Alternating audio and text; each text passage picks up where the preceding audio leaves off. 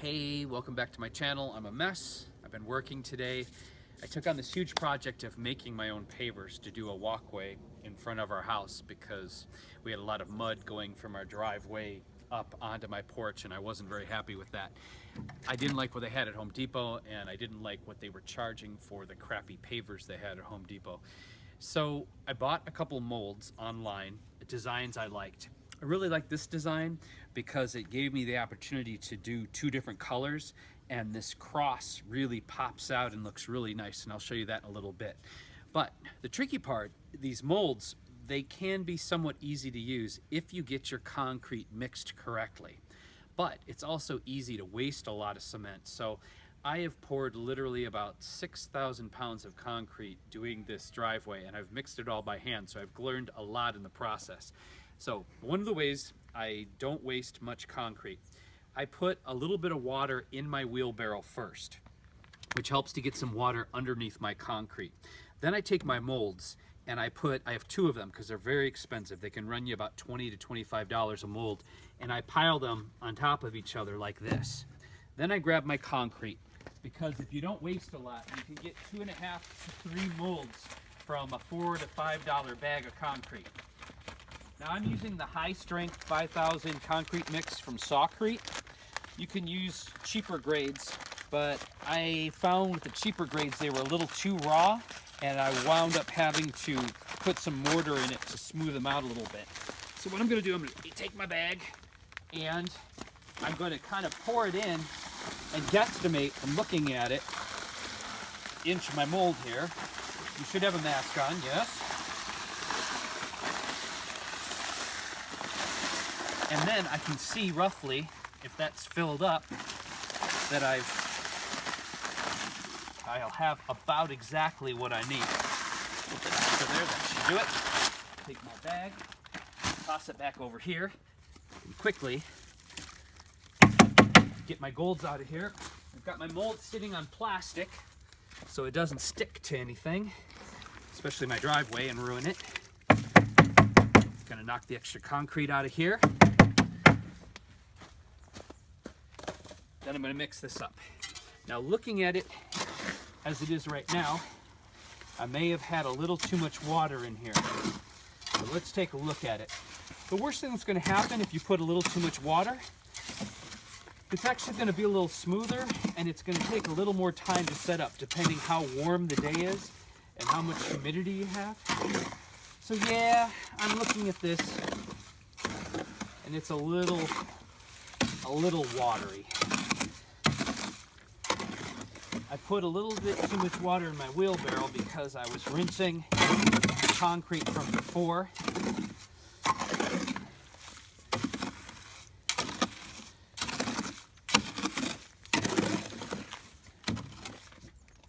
I'm going to add a little more concrete to this.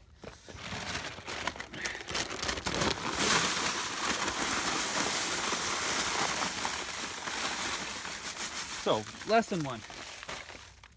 Don't put too much water in the bottom.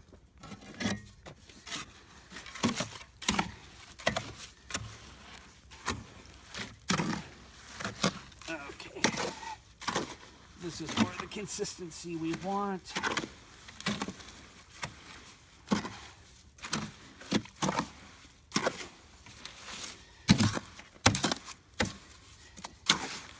So if you're a baker, it should be more like a brownie mix versus pancake batter. See how it's a little bit chunky? And I'm stirring it around and I'm getting all the water from the edges. Mixing my concrete well. Okay. That's good. Okie dokie. For the sake of time, I'm going to go ahead and show you. So this thin shovel is kind of nice because it can hold the concrete without getting too heavy for me. I'm going to take this, dump it right in the middle of my mold, and you can kind of eyeball. I've noticed it takes about 3.5 to 4 shovels And it's okay if you have a little bit less, because you can come over and just take a couple handfuls to fill it in. Get down in here. You really want to pack it in with your hands really well. Looks like I got a little extra, which isn't bad. Put that back in there.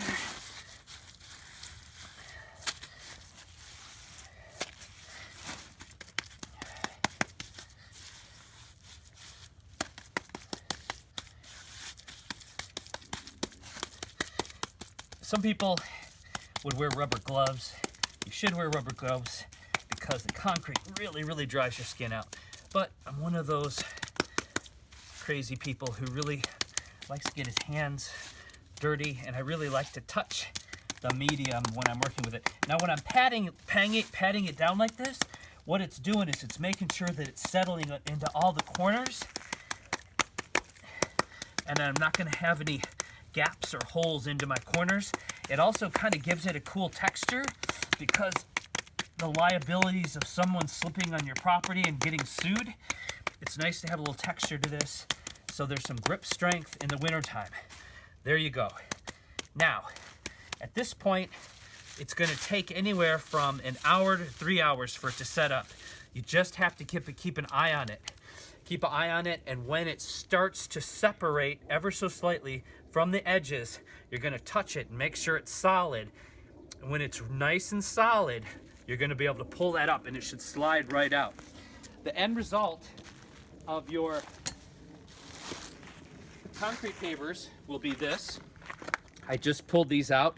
I got to them just in time. If you don't get to them in time, what's going to happen is they get stuck in the mold, because it expands. Concrete expands, and when it gets stuck in the mold, it's a nightmare, because you have to smash it on the ground, and you will guarantee you will lose a brick or two. And it's a lot of work to be losing money and time like that. But this is where I'm at with my project. As you see, I need about 15 more to finish the end, and I stained these with a concrete stain, an opaque concrete stain. And I got a really beautiful product here. So I will leave the information on the exact paint I use, but I'm going to actually show you how to finish the bricks and stain the bricks in my next video. Thanks for watching. If you found this valuable, please subscribe. It helps. Take care of each other.